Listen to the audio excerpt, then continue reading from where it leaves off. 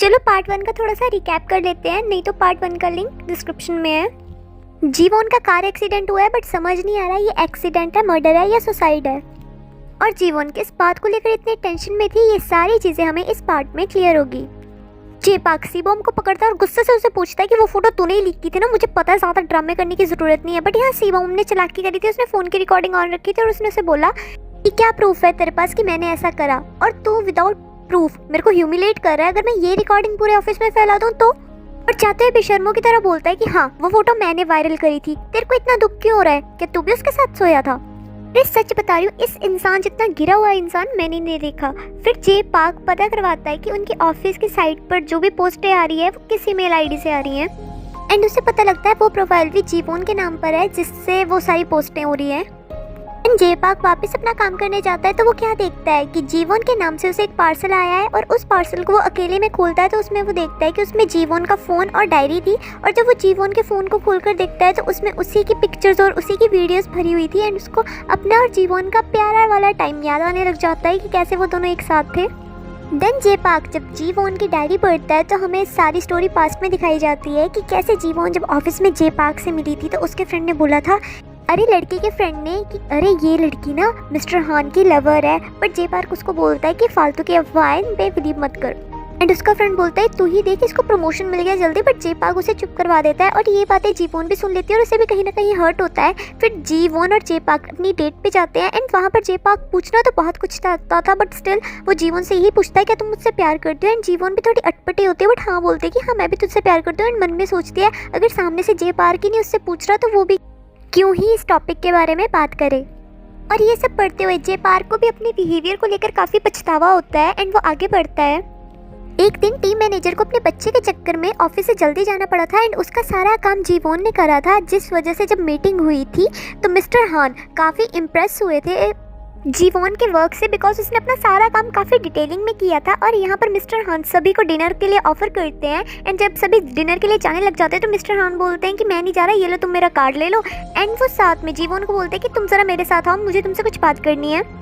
Mister हान जीवोन से बात करते हैं कि तुम काम बहुत अच्छे से करती हो और ऑफिस में ना पॉलिटिक्स चलती है, यहाँ ऐसा नहीं होता कि जो काम अच्छा कर रहा है हम उसे प्रमोट करते हैं। तो तुम बताओ तुम मेरे साथ काम करना चाहती हो, बस मैं तुम्हें जो टास्क दूंगा तुम्हें वो टास्क कंप्लीट करने पड़ेंगे, और तुम काफ़ी मेहनती हो, मैं इसलिए तुम्हें ये पूछ रहा हूँ। एंड जीवोन भी देखती है कि सर इतनी ज़्यादा तारीफ कर रहे हैं तो वो भी मान जाते हैं कि ठीक है मैं आपके साथ काम करने के लिए रेडी हूँ। और साथ में मिस्टर हान भी हंसने लग जाते हैं, ऐसा लग रहा था कि मैं तुझे प्रपोज कर रहा हूँ, लाइक मेरे को ऐसी फीलिंग आई।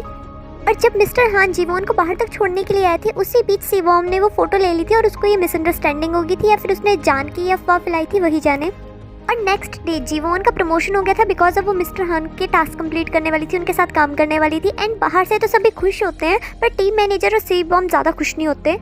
जीवोन के प्रमोशन के बाद उसी के टीम मेंबर उसे इग्नोर करने लग गए थे, बुली करने लग गए थे। और जब से सी-बॉम ने वो फोटो पूरे ऑफिस में वायरल कर दी थी सबको यही लगता था कि जीवोन ने अपने प्रमोशन के लिए ये मिस्टर हान के साथ सोई है। एंड सभी जब भी उसको देखते थे बातें बनाने लग जाते थे, कोई कोई तो मुंह पे बोल देता था कि हाँ ये तो वही है जो मिस्टर हान के साथ सोई है।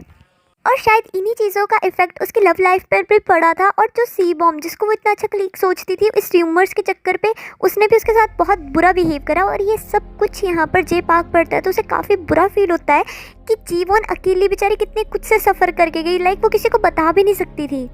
और जब जीवोन को पता लगता है कि मिस्टर हान तो कंपनी छोड़ के जा रही है तो वो उनसे कांटेक्ट करने की कोशिश करती है, और इस सारी अफवाहों का असर उसके करियर पर भी काफ़ी पड़ रहा था, एंड उसे काफ़ी नाइटमेयर भी आ रहे थे। बट इतने में मिस्टर हान उसे मिलने के लिए बुलाते हैं बात करने के लिए। मिस्टर हान जीवोन को बोलते हैं कि मैं तुझे अपने साथ अपनी दूसरी कंपनी में ले तो जाता बट मेरे पास उतनी अथॉरिटी नहीं है, और मैंने भी अफवाहों के बारे में सुना है अगर लोग हमें साथ देखेंगे तो वो फिर हमारे बारे में बातें बनाने लग जाएंगे। जिसे सुनकर जीवोन बोलते हैं कि हाँ मैं भी तो यही बोल रही हूँ, आप तो कंपनी छोड़ के जा रहे हैं, मेरा क्या होगा। मिस्टर हान भी अपने आप को बचाते हुए वहाँ से ये कहते हुए निकल जाते हैं कि काश तो लड़का होती, ये दुनिया वालों की नज़र कभी चेंज नहीं होने वाली।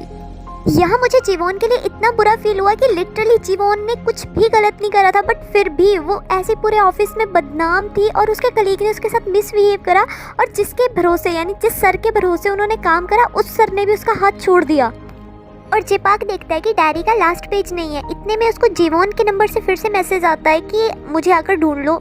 देन जे-पाक भी ऑफिस में ढूंढने लग जाता है कि जीवोन के नंबर से आखिर मैसेज कौन कर रहा है। देन हमें टीम मैनेजर दिखाई जाती है और साथ में ये भी दिखाया जाता है कि जीवन रोते हुए उसके पास हेल्प मांगने आई थी बिकॉज उसे डर था कहीं शिवम उसके साथ फिर बदतमीजी ना करे और ऑफिस में जितनी उसकी बदनामी होगी उसके कारण वो सब कुछ यानी A to Z अपनी टीम मैनेजर को बता देती है ये सब कुछ झूठ है, प्लीज़ मेरी हेल्प करो। बट टीम मैनेजर अब ऑफिस के खिलाफ नहीं जा सकती थी तो उसने बोला कि मैं तेरी मदद नहीं कर सकती, प्लीज़ तू किसी और को ढूंढ, और वो वहाँ से चली जाती है और यहाँ जीवन रोती रह जाती है क्योंकि लास्ट पर्सन वही थी जिसको उसने सब कुछ बताया था। और नेक्स्ट डे जब टीम मैनेजर ऑफिस पहुंची थी तो उसे खबर मिली कि जीवन तो मर चुकी है। एंड जब वो काफ़ी सैड होकर उसके डेस्क पर बैठी थी तो उसे उसकी डायरी और फ़ोन मिल गया था जिसे उसने अकेले में पढ़ा था और उसे सब कुछ समझ आ गया कि बेचारी जीवन ने अकेले अकेले क्या कुछ नहीं सहा कि वो कितने डिप्रेशन में चली गई थी। और टीम मैनेजर को काफ़ी पछतावा हो रहा होता है क्योंकि जीवन और उसका बॉन्ड अच्छा था फिर भी उसने अफवाहों पर यकीन करा, उसने एक बार भी जीवन की साइड नहीं सुनी। और डायरी के लास्ट पेज में जीवोन ने टीम मैनेजर के बारे में बहुत कुछ लिखा था, लाइक वो उन पे ट्रस्ट करती है बहुत कुछ, और इस पेज को टीम मैनेजर ने फाड़ लिया था। और यहाँ धीरे धीरे सारी कड़ियाँ एक दूसरे से जुड़ती हैं कि टीम मैनेजर ने ही सारी पोस्टें करी थी जीवोन के नेम से और जीवोन के फ़ोन से उन्हें पता लग गया था कि जीवोन और जेपाक कपल है, इसीलिए उन्हें जेपाक को मैसेज करे और उसे वो पार्सल डिलीवर करा। और यहाँ पर जेपाक को भी पता लग जाता है कि इन सारी चीज़ों के पीछे टीम मैनेजर ही थी। टीम मैनेजर को बहुत ज़्यादा पछतावा था कि वो जीवन की हेल्प नहीं कर पाई, इसलिए वो जेपाक को बोलती है कि मेरे को जीवन की हेल्प करनी है, मैं मानती हूँ इससे मरा हुआ इंसान वापस तो नहीं आ सकता, पर देखा जाए कहीं ना कहीं हम ही जीवन के कातिल है। और यहाँ पर जेपाक बोलता है कि अब ये चीज़ें करने से क्या फ़ायदा, अब तो वो मर चुकी है ना, क्यों कर रही है। बट यहाँ पर टीम मैनेजर बोलती है कि मुझे जीवन को इंसाफ दिलाना है, मैं उसकी हेल्प तब नहीं कर पाई बट अब करूँगी। एंड वो डायरी के साथ वो लास्ट पेज जेपाक को दे देती है एंड जेपाक भी उस पेज को पकड़ लेता है। बैंक जेपाक भी टीम मैनेजर के साथ मिल गया, शायद से वो शिवम का असली चेहरा कंपनी के सामने लाएंगे और उसे सज़ा दिलवाएंगे। और ये ड्रामा हमें एक चीज़ सिखा के जाता है कि अगर किसी चीज़ के बारे में हमें सच ना पता हो ना तो हमें फालतू अफवाह नहीं उड़ानी चाहिए, या किसी के बारे में बोलने से पहले एक बार सोच लेना चाहिए कि उस बंदे पर, कि उस इंसान पर उस चीज़ का क्या इम्पैक्ट पड़ सकता है। भगवान ना करे कि ऐसी सिचुएशन में कभी आप आ जाओ, बिकॉज कर्मा किसी को नहीं छोड़ती।